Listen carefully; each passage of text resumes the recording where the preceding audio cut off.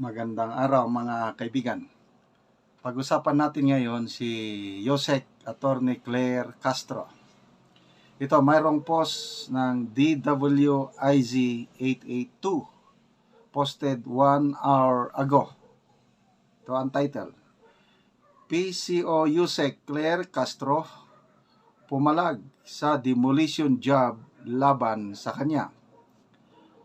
Umaray si Communications Undersecretary at Palace Press Officer Claire Castro sa mga ipinakakalat na larawan at video niya sa social media na maituturing umanong demolition job laban sa kanya.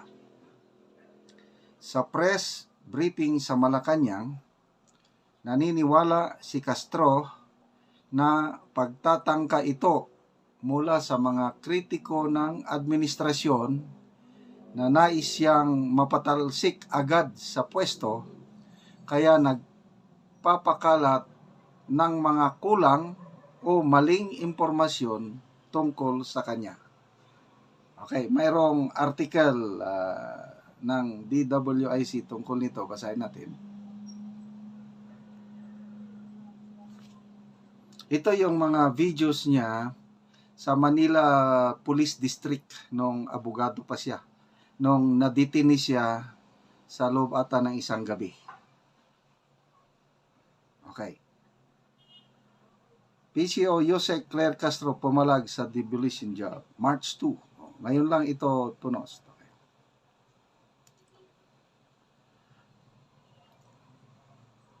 Yan, umaaray. Nabasa ko naman itong umaray. Dagdag ko na.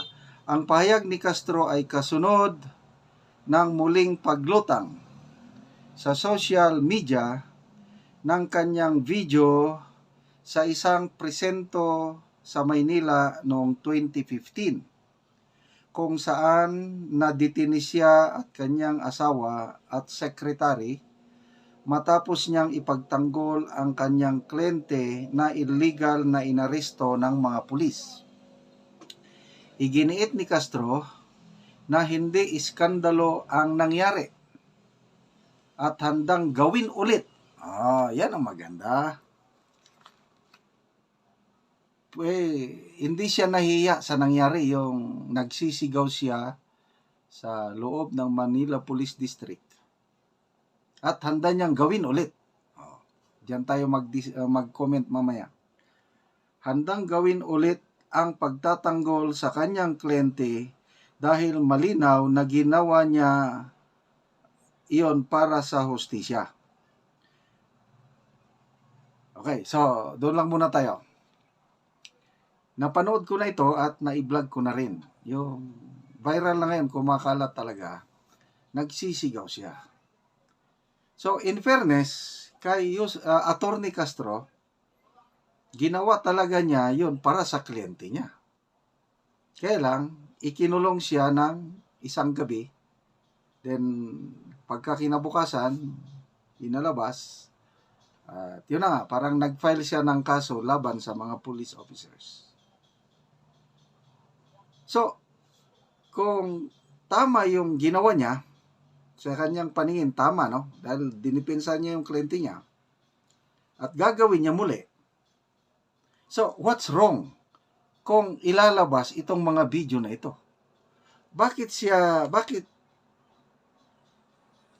niya nasabi na part of demolition job?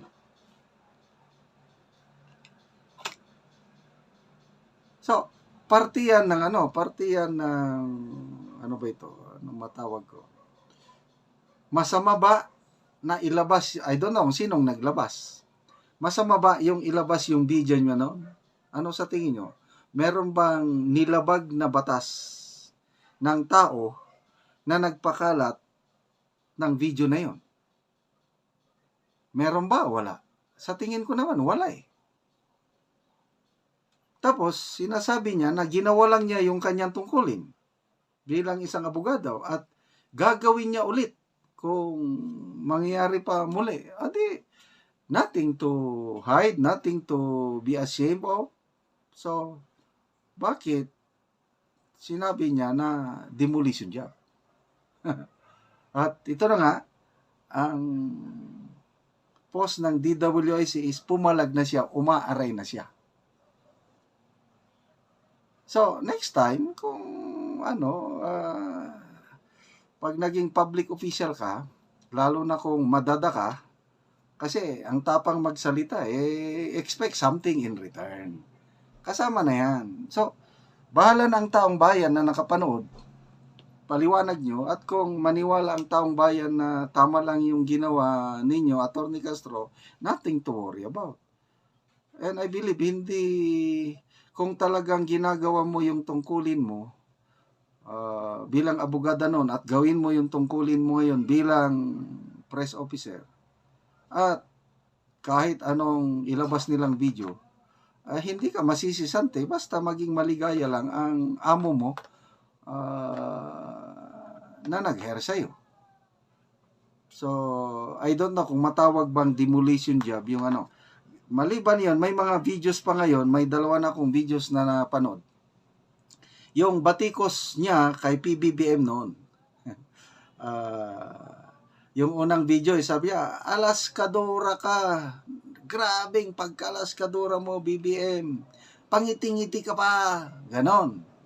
Tapos itong pangalawang video, yung tungkol sa appointment ni Atty. Larry Gadon. So, criticize ni Atty. Claire Castro, bakit ang Pangulo kailangan niya ang daming advisor?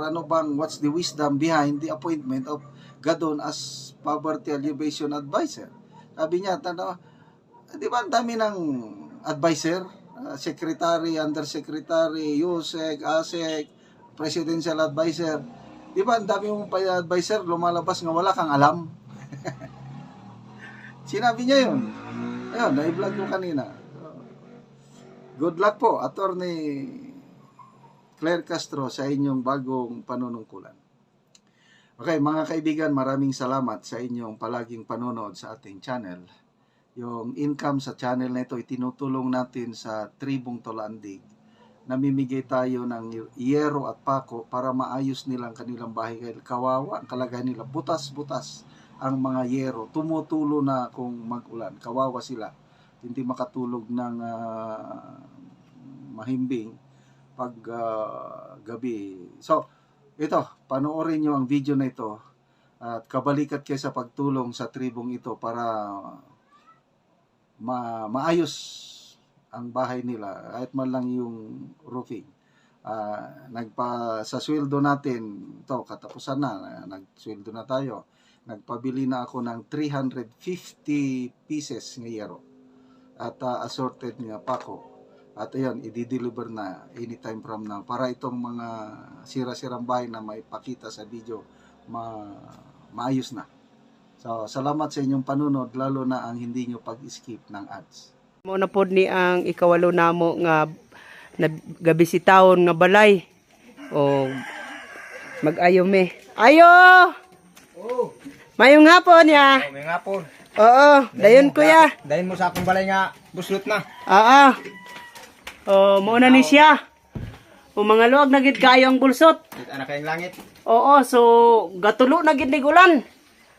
So daghan-daghan na gyud ang bulsot sa balay ni kuya.